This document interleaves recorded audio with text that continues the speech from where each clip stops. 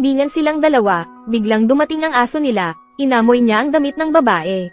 Matapos pag-alitan, inamoy niya ang tiyan ng babae. Tapos lumadyo na taranta silang dalawa. Pinatahimik nila ang aso, ngunit napaatras ang aso. Lumakas din ang tahol. Hindi siya tumigil hanggang sa magalit ang babae. Ngunit ang kanyang mga mata ay nakatuon sa tiyan ng amo. Saka lang nag-react ang babae. Mabilis siyang nag-test. Buntis pala talaga. Ngunit walang ngiti sa kanilang mga mukha. Dahil ang asong si Xiaobei ay isang asong gala. Madalas na binubuli ng mga bata sa kalye. Hanggang sa araw na iyon, tumayo sa harapan niya ang mabait na babae. Pagkatapos ay iniuwi niya si Xiaobei. Tutol sa pagkuha sa kanya, natatakot siyang saktan ng aso ang sanggol na ngunit sinabi ng babae na hindi niya hahayaang gumala. Walang magawa ang mister, pansamantalang pumayag. Ang sanggol ay sinilang na, isang anak na babae. Kakauwi lang ng babae, bit-bit ang anak. Ipapakita niya sana kay Xiaobei. Sa hindi inaasahan, biglang tumahol si Xiaobei. Natakot ang sanggol at umiyak ng malakas. Nagalit naman ang mister. Ayaw niya kasi sa asong ito. Kaya pinalabas niya si Xiaobei. Hindi inakala na tatagal ng 1 linggo. Kahit anong pilit ng asawa, walang magawa. Sa araw na ito, biglang napansin ni Xiaobei ang kapitbahay at ang aso. Masaya silang naglalaro. Labis na ikinagulat niya ang tagpong ito. Muli siyang tumingin sa loob ng bahay. Nag-iisip ang mga mata. Nang gabing iyon, nagising ang mag-asawa sa iyak ng anak. Gusto lang nilang suriin. Biglang huminto ang tunog kwarto ni baby. Natulala, nakita ang asong si Xiaobei na tumakbo nang hindi inaasahan. Pinasok niya ang bibig sa kuna. Akala ng lalaki ay sasaktan ni Xiaobei ang anak, kaya pinalabas niya ito ulit. Pero di nagtagal, bigla niyang nakita si Xiaohei na dumaan sa sala, kaya tinawag niya ang ito. Sinenyasan nito na tumulong sa pagbukas ng pinto. Hindi inakala na mabait pala si Xiaohei. Tumalon ito para bukasok si Xiaobei sa bahay bago pa siya makapagpasalamat. Wala rin itong pakialam kay Xiaohei. Sinara pa ni Xiaohei ang pinto. Dapat may magandang device ka habang ng 100 na mas mura kaysa sa bago.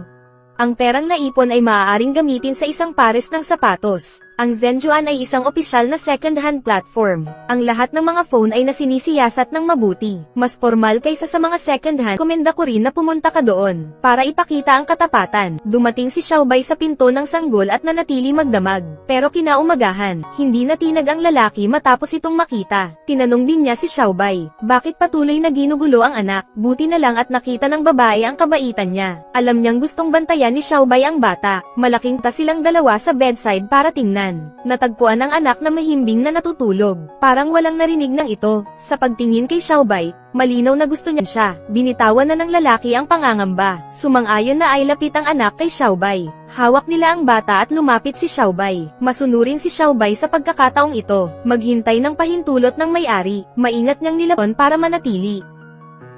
Ano? Mabait. Pwede kang manatili. Mabuti, salamat.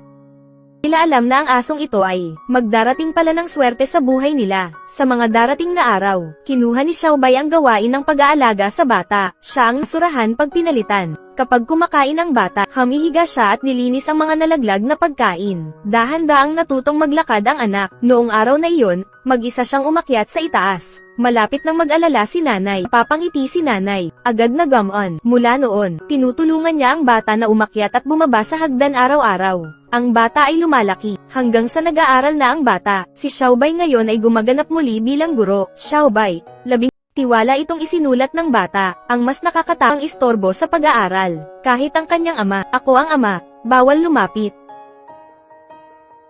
Hindi lang niya ito sinasamahan. Inaalagaan pa ang kalusugan nito. Ngayong gabi, bigla niyang kinatok ang pinto ng amo. Narinig ng babae ang ingay at lumabas. Ngunit tumalikod si Xiaobei. Gustong sundan siya. Sinundan niya ito sa kwarto ng anak. Noon lang napagtanto na ang anak ay namumutla. Napakahina ng paghinga. Ang eksenang ito ay ikinagulat ng ina. Sa kabutihang palad, pagkatapos ng paggamot, wala na siya sa panganib sa ngayon. Ngunit sinabi ng buti na lang naihati dito sa tamang oras. Kung hindi, natatakot na ito ay isang kalamidad.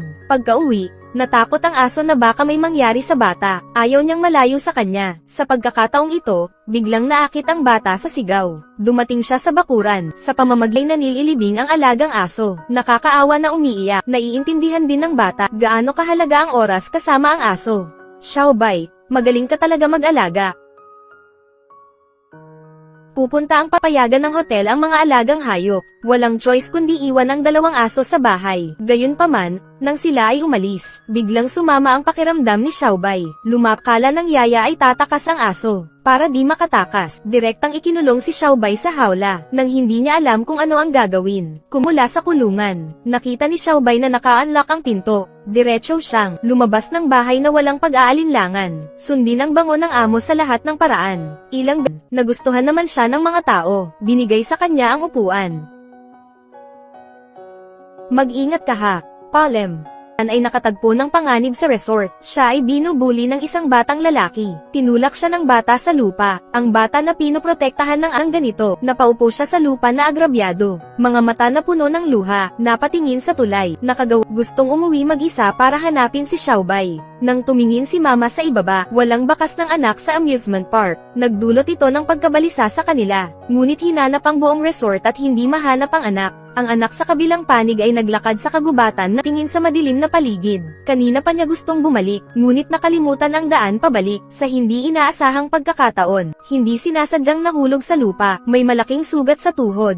Ngayon maging ang paglalakad ay naging problema. Nang walang magawa ang bata, lang iba kundi si Xiaobay, nakasama niya sa paglaki. Ngayong may kasama na, siya ay napangiti. Niyakap niya ng mahigpit si Xiaobay. Sa pagkakay, matapos magpahinga saglit, naglakad na silang dalawa. Ngunit sa malamlim na kagubatan, nawawala ng hininga ang bata. Parang may natuklasan si Xiaobay. Tumigil bigla, may nakita siyang bitag, naiwan ng mangang aso. Hindi napansin ng bata ang pangalang. Nang makitang malapit na siyang humakbang, mabilis niya itong inilag. Itinulak siya sa isang tabi. Swerteng nakatakas, ngunit di nagtagal. Hinarang na naman sila. May nakitang malaking puno na bumagsak sa harapan. Gustong tumalon ng bata, ilang beses sinubukan pero ang matalinong Xiaobay, napansin na malambot ang lupa, kaya sinimulan niyang maghukay. Hindi ito nagtatagal, nakahukay na siya ng daan. Lumusat sa kabila, tinawag niya ang bata, ngunit walang tumugon sa kabilang dulo ng butas. Tumalon si Xiaobay sa puno, noon lamang namin natuklasan na ang bata ay nasugatan at may hika.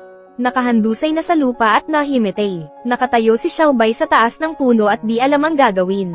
Sa sandaling ito ay bigla niyang narinig ang boses ng amo. Hinanap niya ito agad. Nakita ng lalaki. Sa susunod na segundo, tumalikod si Xiaobay at tumakbo palayo. Wala siyang oras para magulat. Mabilis na sumunod sa pamumuno ni Xiaobay. Sa wakas ay natagpuan niya ang anak. Nakatingin sa walang malay na anak. Balisa ang lalaki. Gustong makaalis dito ng mabilis. Ngunit hindi nakita ang bitag sa unahan. Walang silbi kahit sumigaw si Xiaobay mula sa likod na ang amo ay malapit ng humakbang sa bitag. Tumalon ng malakas si Xiaobay. Pinatumba niya ang amo. Mabuti at di naman nahulog sa bitag ang amo. Nakailag siya, ngunit hindi gaanong pinalad si Xiaobay sa pagkakataong ito. Ang bitag ay biglang na-trigger. Hinaranggan niya tagal ay bumangon ang lalaki at pinuntahan ang anak. Babuhitin na niya sana, pero nakitang nakatagilid din si Xiaobay. Hindi gumagalaw. Nilagay muna ng lalaki ang anak sa ilalim ng puno, saka nagmadali sa tabi ni Xiaobay. Tinanong bakit ito napahiga, bigla niyang napansin. Ang binti pala ay nataman. Nagsisisi ang lalaki, saka lang niya napagtanto na niligyan siya sa anak na walang malay.